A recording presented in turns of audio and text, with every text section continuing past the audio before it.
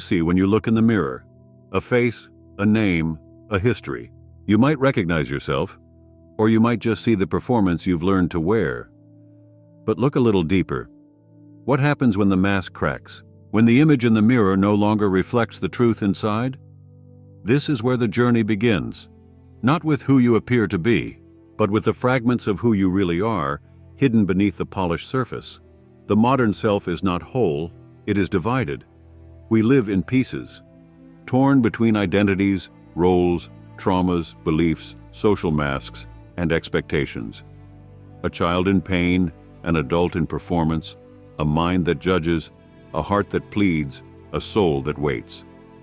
We speak of having it together, but deep down we know we are not one thing. We are a constellation of selves, some conscious, some exiled. The confident one, the broken one, the angry one, the one who smiles to hide the fear, the one who stopped believing long ago. And yet, all of them live here in this body, in this life, competing silently beneath the skin. Psychology has a name for this, the fragmented self. But this isn't just clinical, it's existential. Because fragmentation isn't just something that happens to us. It's how many of us live, split between our desires and our obligations, our traumas and our truths, our soul and our survival strategy. We wear social masks, build emotional armor, adopt personas to navigate the world, not out of deceit, but out of necessity. But over time, the cost is high. We forget who we are without the mask. We forget how to live without the performance. We forget that healing isn't about becoming someone new, but about remembering who we were before the world told us to forget. So how does the soul respond to this fragmentation? Not by judging, not by fixing, but by watching, listening, waiting for the invitation. The soul is not afraid of your brokenness. It doesn't flinch at your contradictions. It's not shocked by your shame. The soul speaks the language of wholeness, even when all you feel are pieces. Let's go deeper. In childhood, the self is fluid, undivided. We laugh when we feel joy. We cry when we feel pain. We play without self-consciousness. We express before we edit. But then, something happens. We get hurt. We are shamed. We are told which parts of us are acceptable and which must be hidden. And so we begin the slow construction of the false self. A version of us that can survive, that can belong, that can be loved, or at least tolerated. But what happens to the parts that don't make the cut? They don't disappear. They go underground. Jung called these disowned aspects the shadow. The shadow is not evil. It's exiled. It holds the emotions you weren't allowed to feel, the memories you didn't know how to process, the truths you were too afraid to say aloud. And in the shadow lives immense energy. The key to your creativity, your depth, your intimacy, your truth. But it also becomes the source of your triggers, your projections, your unexplained reactions. Until we meet the shadow, we are haunted by what we refuse to see. Fragmentation isn't always dramatic. Sometimes it's subtle. The part of you that smiles during a panic attack, the part that says I'm fine when you're crumbling inside, the part that succeeds outwardly while feeling empty inwardly. You are not broken for feeling this way, but you are being called to return, to gather the scattered pieces, to sit with the ones who were silenced, to remember the voice you swallowed just to stay safe. This is the invitation of soul work, to reunite what trauma tore apart. To remember that wholeness isn't perfection, it's integration. Imagine your soul as a circle, not a flawless one, but a sacred one. And every wound, every exile, every fracture is a doorway back to the center. The work is not to eliminate the fragments, but to bring them into relationship, to create an inner harmony between your fear and your courage, your pain and your purpose, your history and your possibility. This is not a quick fix. This is not spiritual bypass. This is not about positive thinking your way out of the dark. This is about walking into the dark and finding the parts of you still waiting to be loved. This is where healing begins, not in becoming better, but in becoming whole. If fragmentation is how we survive, then integration is how we begin to truly live. And that process, though deeply personal, is not solitary. Because within you there are many voices, some loud, some hidden, some aching to be heard. Let's meet them. In depth psychology and internal family systems, IFS, the psyche is understood not as one singular self, but as a system of parts. There is the protector, who guards your vulnerability, the inner child who still carries the wounds, the critic, who keeps you in line to avoid rejection, the numb one, who disconnects when pain becomes too much, the achiever, who thinks love must be earned. These parts aren't flaws.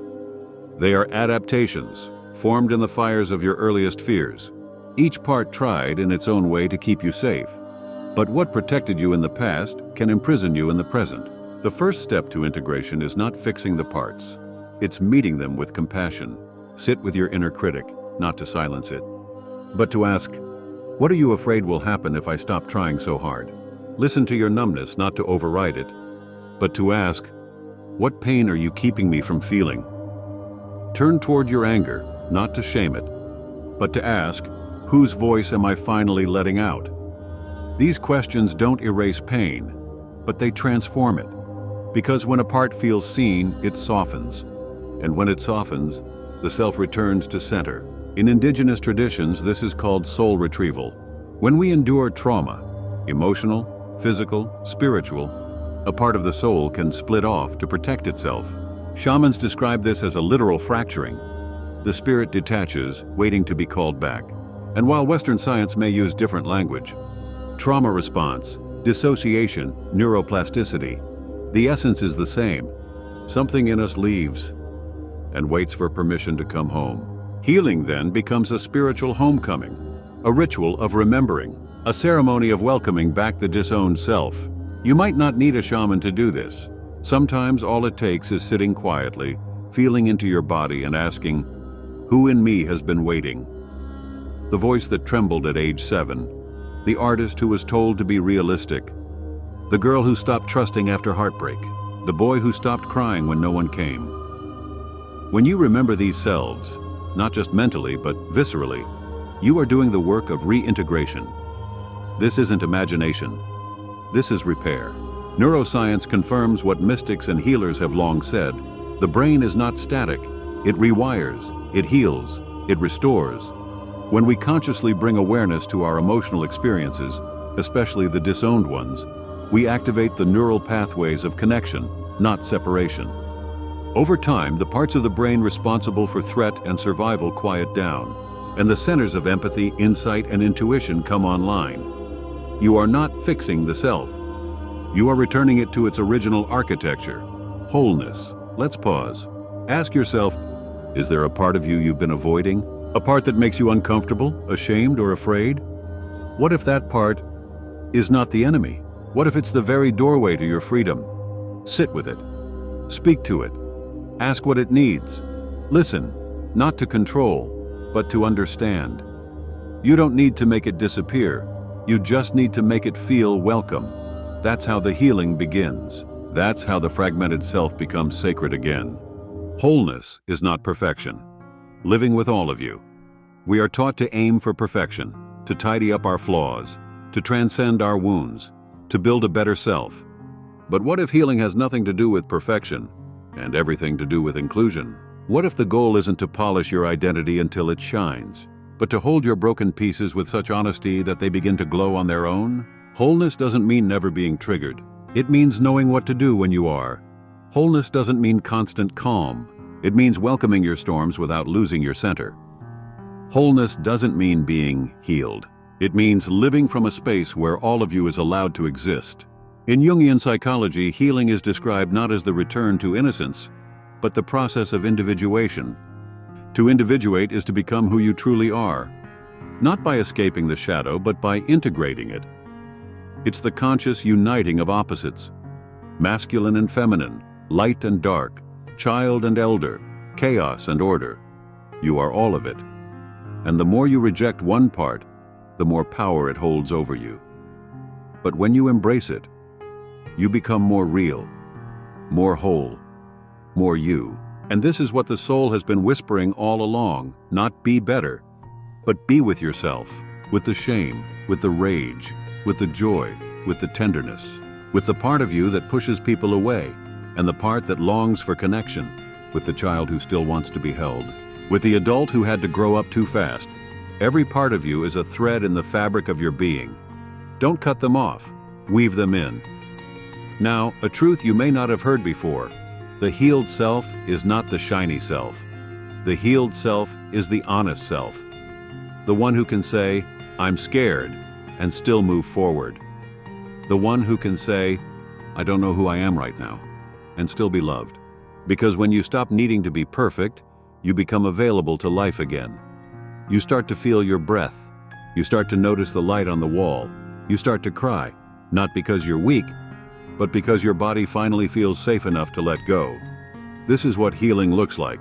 Not the absence of pain, but the presence of you, fully. So how do we continue? How do we live with all our parts without becoming overwhelmed? We practice inner dialogue. We become curious instead of critical. We allow space for contradiction. We create rituals of self-honoring. Journaling, movement, stillness, ceremony, connection.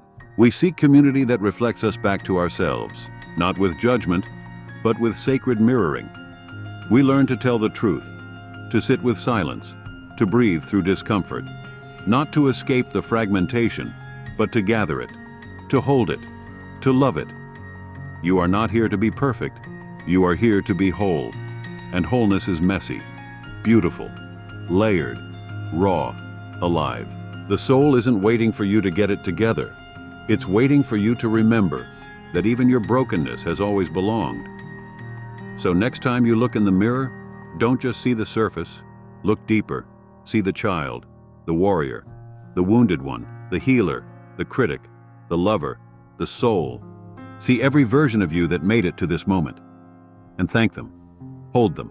Listen to them. Then slowly, lovingly, gather them home.